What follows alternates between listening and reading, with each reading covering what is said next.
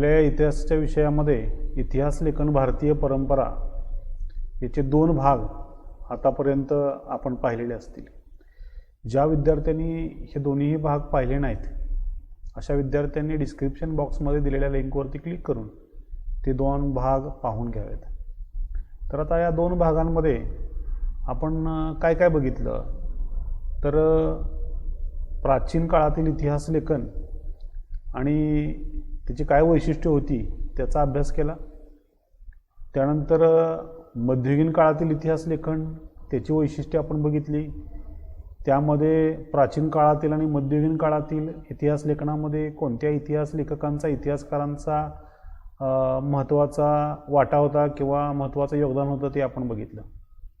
त्याचबरोबर दुसऱ्या भागामध्ये आपण भारतीय इतिहास लेखनाची वाटचाल यामध्ये आधुनिक काळातील इतिहास लेखन आणि ब्रिटिश काळ त्याचा आपण अभ्यास केला.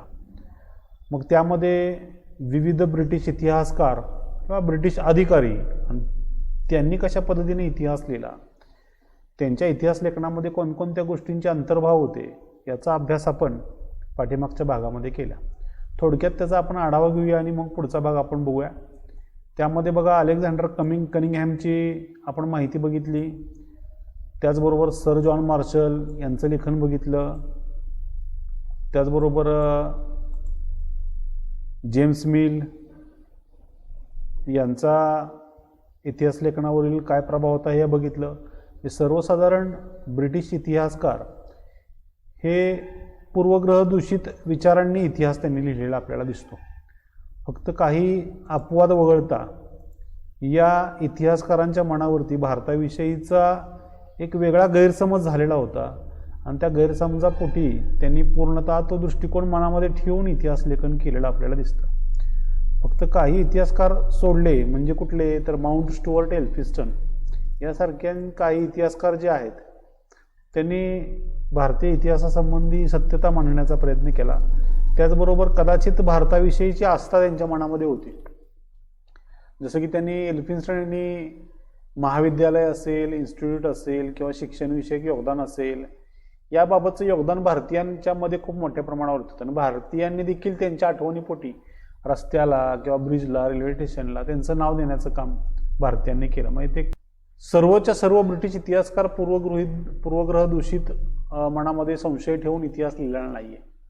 काही इतिहासकार सोडले एल्फिन्स्टन सारखे, तर बाकीचे बऱ्यापैकी जे इतिहासकार आहेत त्यांनी भारताविषयी अगोदरच एक वेगळ्या पद्धतीचं मत तयार केलेलं होतं आणि त्या दृष्टिकोनातूनच त्यांनी विचार करायला सुरुवात केली. म्हणजे जसं की एखादा इतिहासकार हा इतिहास लिहित असताना, संशोधन करीत असताना सर्व बाजूनी विचार करणारा किंवा जशा नाण्याच्या 2 बाजू असतात त्या पद्धतीने विचार करणारा असावा. भले तो त्याचा नातेवाईक का असना किंवा त्याच्या किती जवळचा का असना किंवा कोणीही असो, इतिहासकारानं इतिहास लिहित असताना सत्यता पाडताळावी, वस्तुनिष्ठ इतिहास लिहावा, वास्तविक जीवनाशी सांगड त्याला घालता यावी, तरच तो इतिहासकार चांगल्या पद्धतीचा प्रसिद्ध इतिहासकार होऊ शकतो आणि त्याचं लेखन देखील वाचकांपर्यंत योग्य पद्धतीनं पोचू शकतं. उदाहरणार्थ एक मोठं उदाहरण सांगायचं झालं तर संभाजी महाराजांचा इतिहास आपण आत्तापर्यंत ऐकला असेल की चुकीच्या पद्धतीनं त्यांचा इतिहास मांडला गेला होता. हे संभाजी महाराजांविषयीचा एक चुकीचा पूर्वग्रहच काही लोकांनी स्वतःच्या मनामध्ये ठेवला. मग पुढचा माणूस किती चांगला वागलाय त्या चांगल्या बाबी त्या लोकांच्या लक्षात येतच नाहीत. म्हणून इतिहासकारानं इतिहास लिहित असताना सत्य काय आहे ते सत्य जाणून घेऊन मगच लेखन केलं पाहिजे. त्यामुळं तो इतिहास अतिशय वस्तुनिष्ठ होऊ शकतो आणि सत्यतेच्या जवळपासपर्यंत पोचू शकतो आणि वाचकांपर्यंत योग्य माहिती पोचते. चुकीचा इतिहास जर वाचकांपर्यंत पोचला तर कदाचित त्या वस्तूविषयी, त्या घटनेविषयी किंवा एखाद्या घटकाविषयीचा चुकीचा गैरसमज जनतेपर्यंत पोचू शकतो. त्यामुळे इतिहासकाराला याची जाणीव असायला पाहिजे. पण तरीही बरेचसे ब्रिटिश इतिहासकार आपल्याला दिसतात की पूर्वग्रह दूषित इतिहास लिहिला आणि भारताची वेगळी प्रतिमा निर्माण करण्याचा प्रयत्न जागतिक स्तरावरती त्यांनी केला. कदाचित त्यांचा काहीतरी त्यामध्ये फायदा असेल किंवा काय असेल. जसं जेम्स मिल यांनी भारताविषयी चुकीचा इतिहास लिहिला, त्यांनी वसाहतवादाला प्रोत्साहन किती चांगल्या पद्धतीनं युरोपियन लोक देतात हे त्यांनी स्वतःच्या पुस्तकांनी मांडलं. त्यांना चांगली पदं भेटली ब्रिटिश ईस्ट इंडिया कंपनीमध्ये किंवा ब्रिटिश सत्तेमध्ये. त्यामुळं कदाचित सरकारला खुश करण्यासाठी काही लोक अशा पद्धतीचं इतिहास लेखन करत असतात, परंतु वाचकांसाठी हा इतिहास योग्य त्या ठिकाणी नसतो. याच्यावरती काही प्रश्न देखील विचारलेले होते, त्या प्रश्नांचं देखील आपण अवलोकन केलं. टिपाल्यामध्ये जेम्स मिल, ग्रँड डफ यांच्या टिपा विचारले जाऊ शकतात. तर अशा पद्धतीनं आपण ब्रिटिश इतिहासकारांविषयी माहिती बघितली. पुढच्या आपल्याला मुद्द्याकडे वळायचं आहे ते म्हणजे वसाहतवादी इतिहास लेखनाकडं. आता वसाहतवादी इतिहास लेखन म्हणजे काय, त्यापूर्वी वसाहतवाद म्हणजे काय हे माहिती असणं गरजेचं आहे. आता वसाहतवाद म्हटलं की ब्रिटिशांच्या वसाहती आठवतील किंवा अमेरिकन स्वातंत्र्ययुद्ध तुम्हाला आठवत असेल, आपण आता 8वीला अभ्यास केलं होतं. अमेरिकन स्वातंत्र्ययुद्धामध्ये ज्या ब्रिटिशांच्या 13 वसाहती अमेरिकेमध्ये होत्या, त्या वसाहतींनी केलेलं बंड आणि मागितलेलं स्वातंत्र्य, ते स्वातंत्र्ययुद्धाला अमेरिकन स्वातंत्र्ययुद्ध असं म्हणतात. मग त्या वसाहतींनी मागितलेलं स्वातंत्र्य ते होतं. मग हा वसाहतवाद ॲक्च्युली त्याचा जर थोडासा इतिहास पाठीमागं जाऊन बघितला तर औद्योगिक क्रांतीपर्यंत आपल्याला जावं लागेल. म्हणजे प्रबोधन झालं, प्रबोधनातनं वेगवेगळी संशोधन झालं, नंतर औद्योगिक क्रांती झाली आणि औद्योगिक क्रांतीनंतर मोठ्या प्रमाणावरती उत्पादन वाढलं. आता ह्याची सुरुवातीला इंग्लंडमध्ये झाली होती. इंग्लंडमधनं ही औद्योगिक क्रांती युरोपातील इतर देशांमध्ये पर्यंत पोचली. इटली असेल किंवा ऑस्ट्रिया असेल, जर्मनी असेल, फ्रान्स असेल, अशा इतर देशांपर्यंत ही औद्योगिक क्रांती पोचली. औद्योगिक क्रांती संपूर्ण युरोपवर पसरल्यावरती सगळीकडे उत्पादनाचा मोठा भडीमार त्या ठिकाणी झाला. आता यांना हे सगळं उत्पादन इतरत्र विकलं पाहिजे म्हणून आता युरोप खंडाच्या बाहेर बाजारपेठांची गरज या युरोपियन देशांना भासू लागली. मग बाहेरच्या देशामध्ये जाऊन किंवा दुसऱ्या खंडामध्ये जाऊन तिथं बाजारपेठा शोधायच्या आणि तिथं मोठ्या प्रमाणावरती व्यापार करायचा. व्यापार करता करता तिथल्या स्थानिक परिस्थितीचा फायदा घ्यायचा आणि त्या जनतेवरती आपला प्रभाव टाकण्याचा प्रयत्न करायचा. म्हणजे काय तर वसाहतवाद म्हणजे एखाद्या राज्याच्या लोकांद्वारे दुसऱ्या क्षेत्रात जागा बळकावणे आणि स्वतःच्या वसाहती स्थापन करणे आणि त्या टिकवून ठेवणे आणि त्या वसाहतींचा विस्तार करणे, ही वसाहतवादाची व्याख्या आपल्याला सांगता येईल. म्हणजे दुसऱ्या देशामध्ये जायचं, तिथल्या लोकांवरती प्रभुत्व गाजवायचं, तिथली नैसर्गिक साधन संपत्ती, खनिज संपत्ती लुटायची, लोकांवरती अन्याय करायचा आणि आपल्या वसाहती तिथं स्थापन करायच्या, आपल्या लोकांचा प्रभाव तिथल्या लोकांवरती पाडण्याचा प्रयत्न करायचा आणि सत्ता संपादनाचा प्रयत्न करायचा. या वसाहतीतनंच पुढं साम्राज्यवाद निर्माण झालेला आहे. मग फक्त एक वसाहतीचं रूपांतर 2, 3, 4, 5, 6 अशा असंख्य वसाहती वाढवायच्या, हळूहळू अख्खं साम्राज्य मिळवायचं. बरोबर, साम्राज्य वाढवत न्यायचं. साम्राज्य विस्ताराकडं हा कल पुढच्या काळामध्ये गेला. जसं की सुरुवातीच्या काळामध्ये बघा, ब्रिटिश भारतामध्ये आले आणि भारतामध्ये छोट्या छोट्या वसाहती स्थापन केल्या. सुरतमध्ये असेल, मुंबईमध्ये असेल किंवा खाली कालिकत किंवा दक्षिण भारतामध्ये काही वसाहती असतील. ह्या वसाहती हळूहळू त्यांनी वाढवत नेल्या आणि स्थानिक राजकारणाचा फायदा घेऊन त्यांनी कमकुवत राज्यसत्तांना उलटवून टाकलं आणि संपूर्ण राज्यकारभार आपल्या ताब्यामध्ये घेतला आणि संपूर्ण सर्वांगाने वर्चस्व आपल्या देशावरती त्यांनी आणलं. म्हणजे हा त्यांचा साम्राज्यवाद, म्हणजे वसाहतवादातनं ते कुठं वळले, साम्राज्यवादाकडे वळले. आता ह्या विचारसरणीला नेहमीच युरोपियन इतिहासकारांचा पाठिंबाच त्या ठिकाणी होता. काही अपवाद वगळता, परदेव सांगतो, काही अपवाद वगळता, पण तो अपवाद अत्यंत नगण्य आहे. परंतु या वसाहतवादी धोरणाला युरोपियन लोकांचा पाठिंबा होता. आता हे थोडंसं विरोधाभासागत तुम्हाला वाटेल, कारण जगातल्या प्राचीन लोकशाही शासन व्यवस्था म्हटलं तर तुम्हाला इंग्लंडची लोकशाही व्यवस्था प्राचीन वाटेल. बरोबर, म्हणजे अगदी प्राचीन म्हणण्यापेक्षा सगळ्यात अगोदर तिथं ह्या लोकशाहीचा विकास मोठ्या प्रमाणावरती झालेला आपल्याला दिसेल. मग ही लोकशाही प्रधान देश, इंग्लंड असेल, फ्रान्स असेल, लोकशाही प्रधान देश, पण यांनी दुसऱ्याच्या देशावरती वर्चस्व करणं कितपत योग्य आहे? स्वतः स्वातंत्र्याचा उपभोग घ्यायचा, स्वतः स्वातंत्र्य, व्यक्ती स्वातंत्र्य, मानवतावाद पुढं करायचा आणि दुसऱ्या देशावरती मात्र सर्वांगानं वर्चस्व निर्माण करायचं, पूर्णतः साम्राज्यवादाला प्रोत्साहन द्यायचं. हे कसं काय? तर निव्वळ आणि निव्वळ स्वतःचा स्वार्थ लक्षात घेऊन युरोपियन देशांनी संपूर्ण जगभर सत्ता स्थापन करणं आणि साम्राज्य विस्तार करणं याच्याकडेच लक्ष दिलं होतं. आणि हे करत असताना त्या काळामध्ये जे ग्रंथ लिहिले गेले, जे लेखन केलं गेलं, ते देखील त्यास कारणीभूत होतं असं म्हणावं लागेल. का तर पूर्णतः वसाहतवादाला, साम्राज्यवादाला पाठिंबा देणारे लेखक त्या काळामध्ये निर्माण झाले. त्यामध्ये विशेषतः हे ब्रिटिश लेखक जे आपण पाठीमागच्या मुद्द्यामध्ये बघितले होते ते.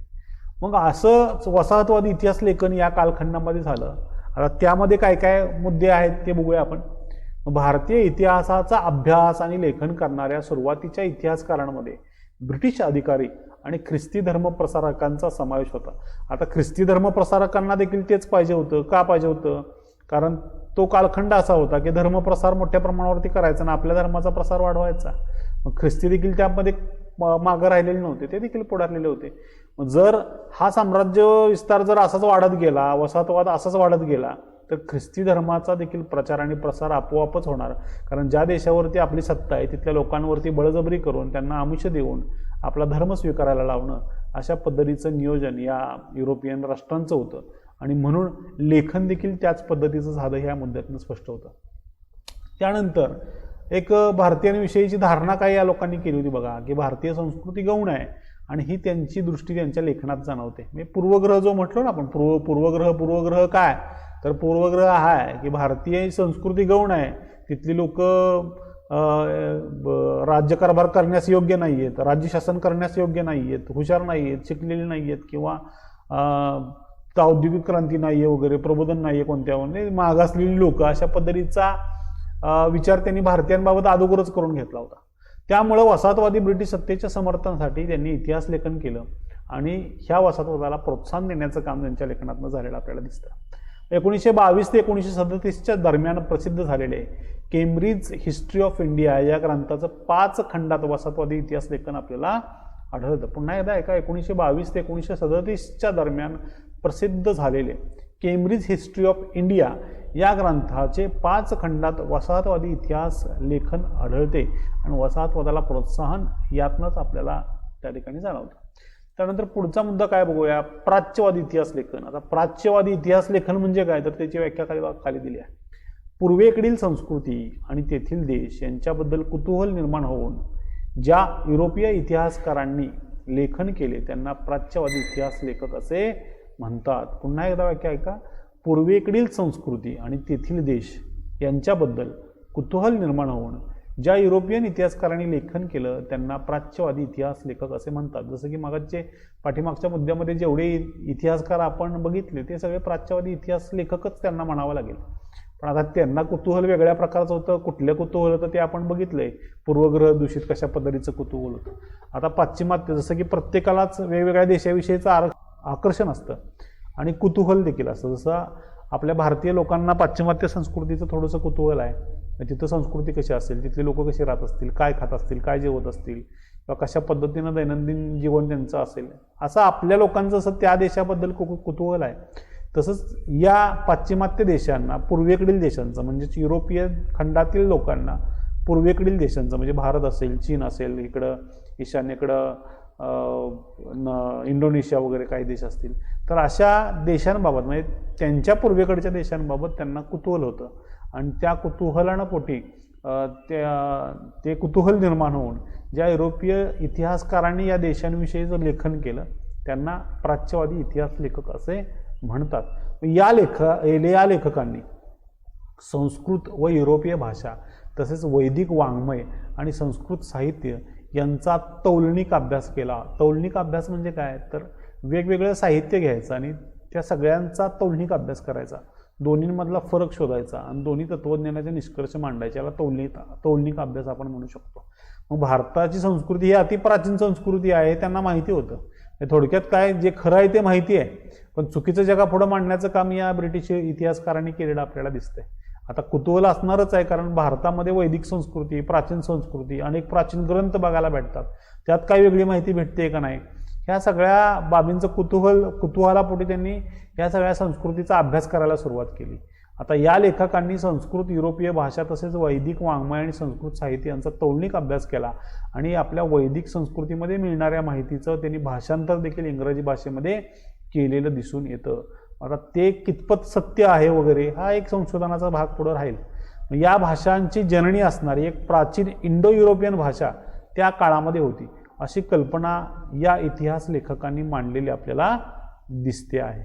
त्यानंतर पुढच्या मुद्द्यामध्ये आपल्याला बघायचे आहे प्राच्यवादी इतिहासकार. आता प्राच्यवादी इतिहासकार कोणकोणते?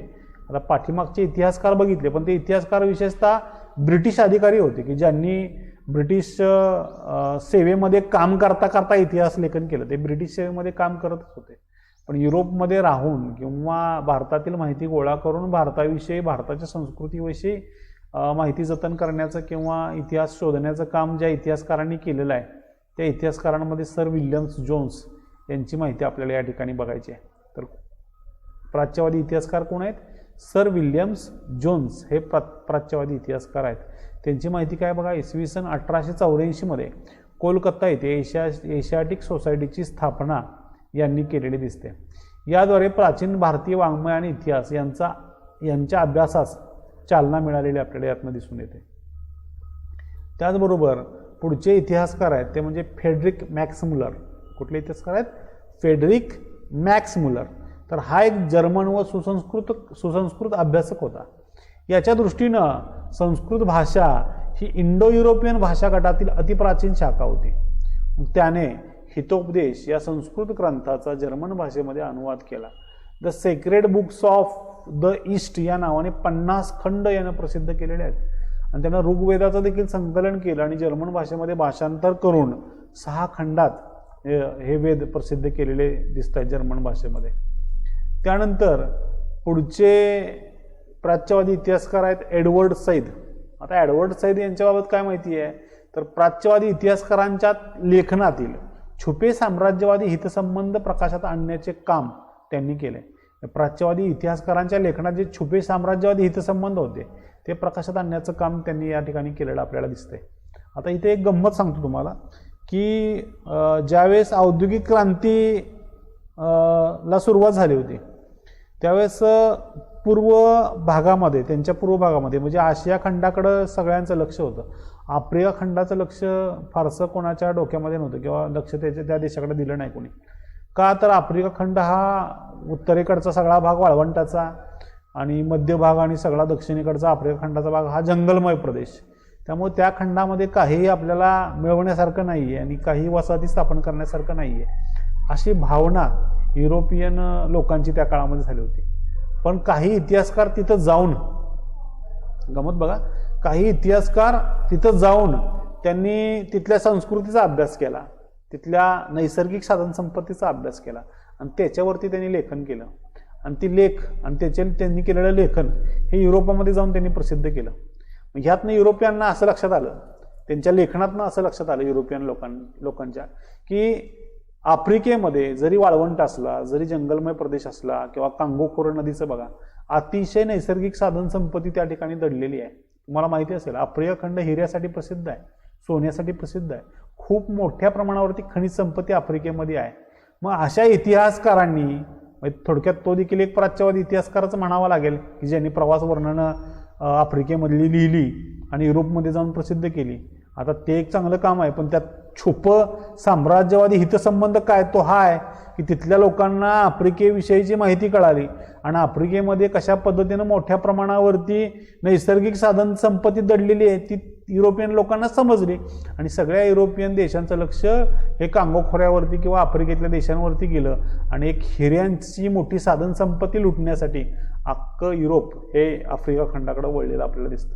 थोडक्यात काय तर प्राच्यवादी इतिहासकार हे त्या संस्कृतीचं लेखन स्वतःच्या भाषेमध्ये, जसं जर्मन लोकांनी वैदिक संस्कृती ऋग्वेदाचं लेखन केलं संस्कृत भाषेचं रूपांतर जर्मन भाषेमध्ये करून आणि तिथल्या लोकांना भारतीय संस्कृती खऱ्या अर्थानं दाखवली, परंतु ते भारतीयांना कमीच लेखत होते. पण खरा अर्थ त्यांना माहिती होता की भारत किती सधन आहे, भारतामध्ये किती नैसर्गिक साधन संपत्तीनं विपुल असा भारत आहे हे त्यांना माहिती होतं, पण ते जगाला दाखवून द्यायचं नव्हतं की भारताची लोक किती कमी विचाराचे आहेत, किती कमी बुद्धीचे आहेत किंवा त्यांना राज्यकारभार करता येत नाही. अशा पद्धतीचा पूर्वग्रह त्यांनी आजवर मनात आणून ठेवला होता. पण आपल्याच वैदिक संस्कृतीचा त्यांनी अभ्यास केला आणि युरोपमधल्या प्रबोधनामध्ये त्यांनी वाढ केली आणि कदाचित या आपल्या भारतीय संस्कृतीतनंच औद्योगिक क्रांतीमध्ये पण त्यांना कदाचित हातभार लागला असेल असं काही इतिहासकारांचं मत आहे. हे प्राच्यवादी इतिहासकारांच्या लेखनातील छुपे साम्राज्यवादी हितसंबंध प्रकाशात आणण्याचं काम ह्या इतिहासकारांनी केलेलं आपल्याला दिसून येत आहे. त्यानंतर राष्ट्रवादी इतिहास लेखन. आता राष्ट्रवादी इतिहास लेखन समजण्यापेक्षा राष्ट्रवाद म्हणजे काय हे अगोदर समजणं आपल्याला त्या ठिकाणी गरजेचं आहे. आता बऱ्याच जणांना जर विचारलं मी राष्ट्रवाद म्हणजे काय, तर लोक मला सांगतील की राष्ट्रांमधील वाद म्हणजे राष्ट्रवाद. बऱ्याच जणांचा कदाचित असा अर्थ झाला असेल, पण वाद म्हणजे भांडणं असा होत नाही, वाद म्हणजे लढाया असा होत नाही.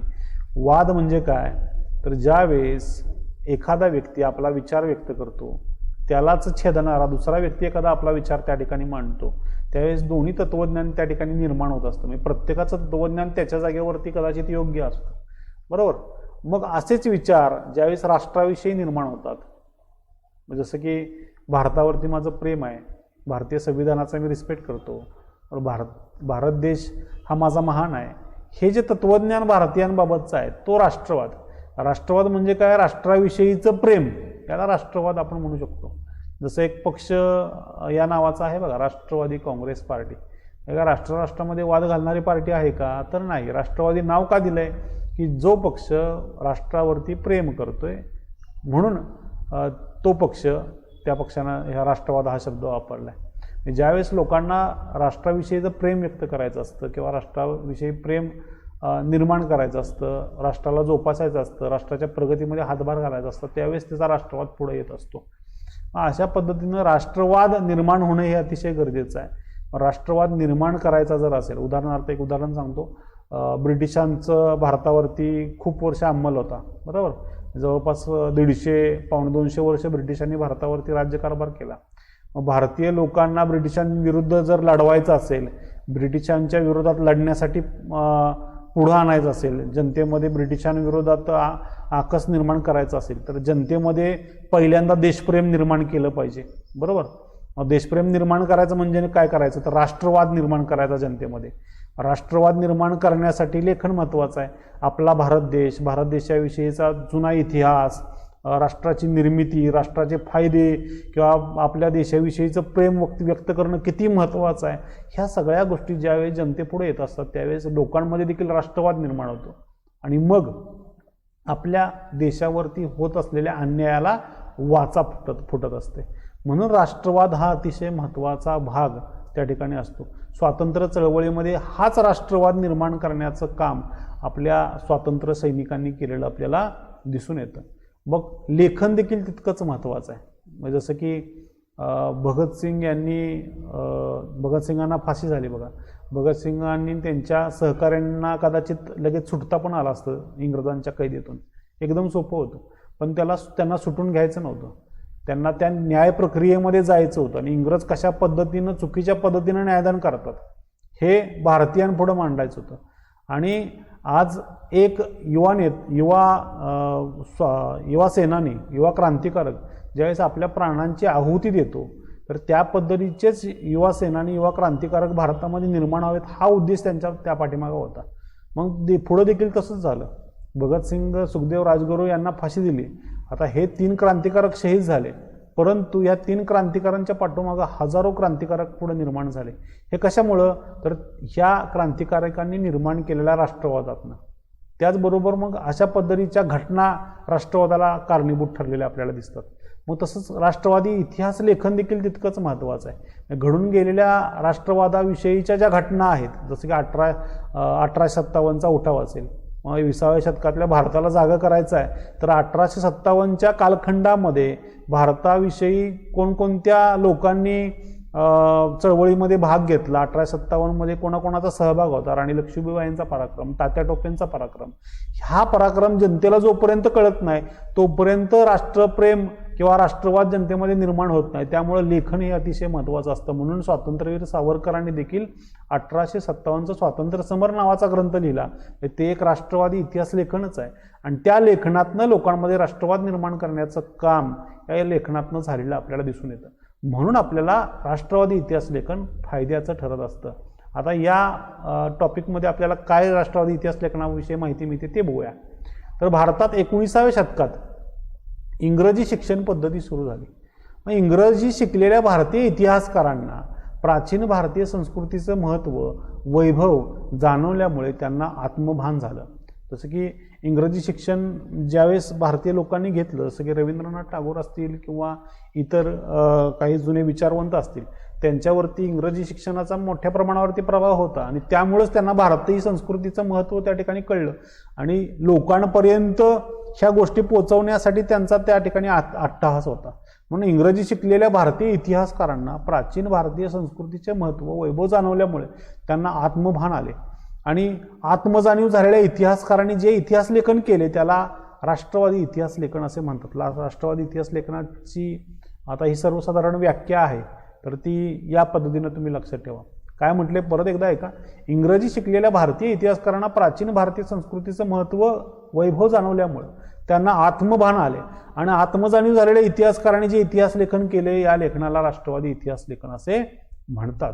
त्याचबरोबर ब्रिटिश अधिकाऱ्यांनी लिहिलेल्या भारताच्या पूर्वग्रहित दूषित इतिहास लेखनाला त्यांनी मोठ्या प्रमाणावरती कडाडून विरोध केला आणि भारताचा वैभव आहे, भारताची संस्कृती आहे ती किती महान आहे आणि इंग्रजांनी कशा पद्धतीनं आपल्या लेखनातनं या संस्कृतीला कमी लेखलं हे दाखवून देण्याचं काम या राष्ट्रवादी इतिहास लेखकांनी केलेलं आपल्याला दिसून येतं. भारतीय इतिहासातील सुवर्णकाळ शोधून तो वर्णन केला, परंतु हे करताना काही वेळा त्यांच्याकडून वास्तवतेकडेही दुर्लक्ष झालेलं आपल्याला दिसतं. आता ही चूक नगण्य आहे असं म्हणावं लागेल. कधी कधी राष्ट्रवादी इतिहास लेखन करत असताना वास्तववाद देखील थोडासा दूर जातो. भावनेच्या ह्याच्या आवेशामध्ये ह्या गोष्टी होत असतात, पण ह्या गोष्टी नगण्य आहेत का तर राष्ट्रवादासाठी ह्या केलेल्या सगळ्या गोष्टी असतात. म्हणून ही जरी चूक असली थोडीशी तरी त्याच्याकडे कानाडोळा करण्यासारखीच वस्तुस्थिती आहे असं म्हणावं लागेल. म्हणून इथं म्हणले भारतीय इतिहास काळातील सुवर्णकाळ शोधून काढला या लोकांनी, या राष्ट्रवादी इतिहास लेखकांनी, परंतु हे करत असताना काही वेळा त्यांच्याकडूनही वास्तवतेकडे दुर्लक्ष झालेलं आपल्याला दिसतं. आता पुढचा मुद्दा आपल्याला बघायचा आहे, तो जो संकल्पना चित्र पूर्ण करा या संबंधीचा हा मुद्दा येऊ शकतो. बघा आता काय आहे बघा, राष्ट्रवादी इतिहास लेखन, त्यामध्ये राष्ट्रवादी इतिहासकार. आता राष्ट्रवादी इतिहासकार कोण कोण आहेत ती आपल्याला या ठिकाणी बघायचे. आता राष्ट्रवादी इतिहासकारांमध्ये सगळ्या इतिहासकारांची प्रेरणा एक व्यक्ती आहे, ते म्हणजे विष्णूशास्त्री चिपळूणकर. जेवढे राष्ट्रवादी इतिहासकार झालेत त्या सगळ्यांनी विष्णूशास्त्री चिपळूणकर यांच्याकडून प्रेरणा घेतलेली आपल्याला दिसते. मग आता कुणी कुणी प्रेरणा घेतली आणि कुणी कुणी राष्ट्रवादी इतिहास लेखन केलं तर महादेव गोविंद रानडे असतील, अनंत सदाशिव आळतेकर असतील, राधाकुमुद मुखर्जी असतील, राजेंद्रलाल मिश्र असतील, विनायक दामोदर सावरकर असतील, काशीप्रसाद जयस्वाल असतील, वासुदेव विष्णू मिराशे असतील, रमेशचंद्र मुजुमदार असतील, भगवानलाल इंद्रजी असतील किंवा रामकृष्ण गोपाळ भांडारकर असतील, हे सगळे राष्ट्रवादी इतिहासकार म्हणून गणले जातात. संकल्पना चित्रामध्ये किमान यातले तुम्हाला 4 ते 6 इतिहासकारांची नावं तुम्हाला लिहायला लागतील. त्यामुळं हे संकल्पना चित्र तुमच्या लक्षामध्ये ठेवा किंवा 2-3 वेळा निहाळा, तुमच्या ते लक्षात येईल. आता प्रत्येक इतिहासकाराविषयीची थोडी माहिती आपल्याला या ठिकाणी बघायची. त्यामध्ये विष्णूशास्त्री चिपळूणकर यांची माहिती बघूया. महाराष्ट्रातील राष्ट्रवादी इतिहास लेखनास प्रेरणा देणारं हे एक व्यक्तिमत्व होतं की ज्यांनी राष्ट्रवादी इतिहास लेखनाला प्रेरणा दिली आणि अनेक इतिहासकार यांनी निर्माण करण्याचं काम देखील केलं की चला उठा आणि भारताचं महत्त्व. आता ब्रिटिशांनी अगोदर भारताचा पूर्वग्रह दूषित इतिहास मांडला, चुकीचा कशा पद्धतीनं मांडला त्याला आपल्याला विरोध करायचा आहे आणि जगभरावरती भारताची प्रतिमा कशा पद्धतीने या युरोपियन लोकांनी मलिन केली ती दूर सारून भारताचा खरा इतिहास भारतीय लोकांपुढं पण आणायचे आणि जगापुढं पण आणायचे. म्हणून हे राष्ट्रवादी इतिहास लेखन झालं पाहिजे असं विष्णूशास्त्री चिपळूणकरांना वाटलं आणि त्यांनी इतर इतिहासकारांना त्या संबंधीची प्रेरणा देखील दिलेली आहे. आणि त्यानंतर न्यायमूर्ती महादेव गोविंद रानडे हे इतिहासकार आणि यांनी कोणता ग्रंथ लिहिला ते बघूया. न्यायमूर्ती महादेव गोविंद रानडे यांनी the rise of Maratha power हा ग्रंथ लिहिला आणि या ग्रंथामध्ये मराठा सत्तेच्या उदयाची पार्श्वभूमी त्यांनी मांडलेली आहे. त्याचबरोबर मराठी सत्तेच्या उदयापूर्वीची महाराष्ट्रातील सामाजिक, सांस्कृतिक, धार्मिक क्षेत्रातील जागृती त्यांनी प्रतिपादन केली. म्हणजे यांनी देखील वास्तवतेचंच थोडंसं दर्शन करण्याचा प्रयत्न केलेला आहे. फक्त युद्ध लढायांचा इतिहास त्यांनी मांडला नाही की मराठी सत्तेच्या उदयाच्या दरम्यान महाराष्ट्राची सामाजिक स्थिती कशी होती, सांस्कृतिक स्थिती कशी होती, धार्मिक क्षेत्रामध्ये काय प्रगती होती किंवा काय वस्तुस्थिती होती याचं प्रतिपादन त्यांनी the rise of Maratha power या त्यांच्या ग्रंथामध्ये आपल्याला केलेलं या ठिकाणी दिसतंय. त्यानंतर वि. का. राजवाडे हे एक राष्ट्रवादी इतिहासकार आहेत. यांनी मराठ्यांच्या इतिहासाची साधने 22 खंडामध्ये प्रसिद्ध केलेली आहेत. मग त्यामध्ये इतिहास संशोधनाच्या कार्यासाठी पुण्यात 7 जुलै 1910 रोजी भारत इतिहास संशोधक मंडळाची स्थापना केलेली आहे. पुन्हा एकदा ऐका, इतिहास संशोधनाच्या कार्यासाठी, इतिहास संशोधनामध्ये कार्य वाढावं, लोकांना एक व्यासपीठ निर्माण करावं की जेणेकरून या व्यासपीठावरती येऊन लोक आपल्या भारतीय इतिहासाचं संशोधन करतील, यासाठी हा उठाठेव त्यांनी केलेली आहे. इतिहास संशोधनाच्या कार्यासाठी पुण्यात 7 जुलै 1910 रोजी भारत इतिहास संशोधक मंडळाची त्यांनी स्थापना केली. त्याचबरोबर इतिहास लेखनाविषयी त्यांचं मत काय होतं, तर स्थळ, काळ, व्यक्ती या त्रयींची सांगड म्हणजे ऐतिहासिक प्रसंग होय. इतिहास म्हणजे भूतकालीन समाजाचे सर्वांगीण जीवन दर्शन होय. आपला इतिहास आपणच लिहिला पाहिजे, ते दुसऱ्याचं काम नाही. जसं भारताचा इतिहास पहिल्यांदा ब्रिटिश इतिहासकारांनी लिहिण्याचा प्रयत्न केला, तो कशा पद्धतीने चुकीचा दिलाय तुम्हाला माहिती आहे. म्हणून राजवाडे काय म्हणतात की आपला इतिहास आपणच लिहिला पाहिजे, अस्सल कागदपत्रांच्या आधारे इतिहास लिहिला पाहिजे, म्हणजे वास्तवतेचं दर्शन त्यामध्ये झालं पाहिजे, काल्पनिक त्याला वाव या इतिहासामध्ये नसावा. आणि केवळ राजकीय घडामोडी, सत्तांतरासाठी कटकारस्थाने आणि युद्धे यांच्याच हकीकती इतिहासामध्ये असता कामा नयेत. इतर समाजाशी संबंधित, समाजाशी निगडीत घटकांचा उहापोह देखील इतिहासामध्ये करणं गरजेचं आहे, असे वि. का. राजवाडे यांचं मत त्या ठिकाणी आपल्याला या ठिकाणी जाणवतं. त्यानंतर पुढचे राष्ट्रवादी इतिहासकार आहेत ते म्हणजे स्वातंत्र्यवीर वि. सावरकर. नेमजसीने परत मातृभूमीला सागरा प्राण तळमळला, ही कविता तुम्हाला माहिती असेल. आणि एक राष्ट्रवाद निर्माण करण्याचं काम या कवितेनं किती प्रमाणावरती केलं हे सर्व ज्ञात आहे. मग असे हे राष्ट्रवादी इतिहासकार यांनी the Indian war of independence, पुन्हा एकदा ऐका, the Indian war of independence 1857 हा ग्रंथ लिहिला. म्हणजेच 1857चं स्वातंत्र्य समर, मराठीमध्ये त्याचा अनुवाद 1857चं स्वातंत्र्य समर, म्हणजे 1857च्या उठावातल्या घडामोडी, त्याची कहाणी त्यांनी स्वतःच्या इतिहासामध्ये या मांडलेली आहे. मग भारतीयांना ब्रिटिशांविरुद्ध लढण्यासाठी प्रेरणा या त्यांच्या ग्रंथातून मिळाली व राष्ट्रवादी इतिहास लेखनाला चालना देखील मिळाली. आता साहित्य भाग आहे 1857 स्वातंत्र्य समर आणि जोसेफ मॅझिनीचे चरित्र हा अनुवादित ग्रंथ त्यांनी लिहिलेला आहे. सागरा प्रांत तळमळला, स्वतंत्रते भगवते ह्या कविता देखील त्यांनी लिहिलेल्या आहेत की जेणेकरून राष्ट्रवाद कवितेच्या माध्यमातून निर्माण होईल. भारतीय इतिहासातील 6 सोनेरी पाने व शत्रूंच्या शिबिरात ह्यांसारखे ग्रंथ देखील त्यांनी लिहिलेले आपल्याला दिसत आहेत. त्याचबरोबर मोपल्यांचे बंड व काळे पाणी या कादंबऱ्या देखील त्यांनी लिहिल्या आहेत. उशाप, संन्यस्त खडग, उत्तर क्रिया अशी नाटकं देखील त्यांनी लिहिलेत. त्याचबरोबर माझी जन्मठेप हे आत्मचरित्र, तसेच हिंदू धर्मावरील ग्रंथ व इंग्रजी साहित्य हे साहित्य देखील निर्माण करण्याचं काम त्यांनी केलं. राष्ट्रवादी इतिहास लेखनाच्या प्रभावामुळं प्रादेशिक इतिहास लिहिण्यालाही चालना मिळाली. भारताचा इतिहास नव्हे तर स्थानिक इतिहास देखील लिहिला जावा असं मत सावरकरांचं होतं. दक्षिण भारताच्या भौगोलिक वैशिष्ट्यांकडे आणि इतिहासाकडे इतिहासकारांचं स्वतंत्र लक्ष यामुळे वेधलं गेलं. फक्त अखंड भारताचंच नव्हे तर दक्षिण भारतामध्ये काय आहे, पश्चिम भारतामध्ये काय आहे, पूर्व ईशान्य भारताचा कानाकोपरा स्थानिक इतिहासकारांनी ढवळून काढावा आणि स्थानिक इतिहास देखील उजागर करावा असं मत स्वातंत्र्यवीर वि. सावरकर यांचं होतं, हे आपल्याला यातनं दिसून येतं. तर अशा पद्धतीनं राष्ट्रवादी इतिहासकारांचं लेखन आणि त्यांनी मांडलेले विचार या ठिकाणी आता आपण ऐकले.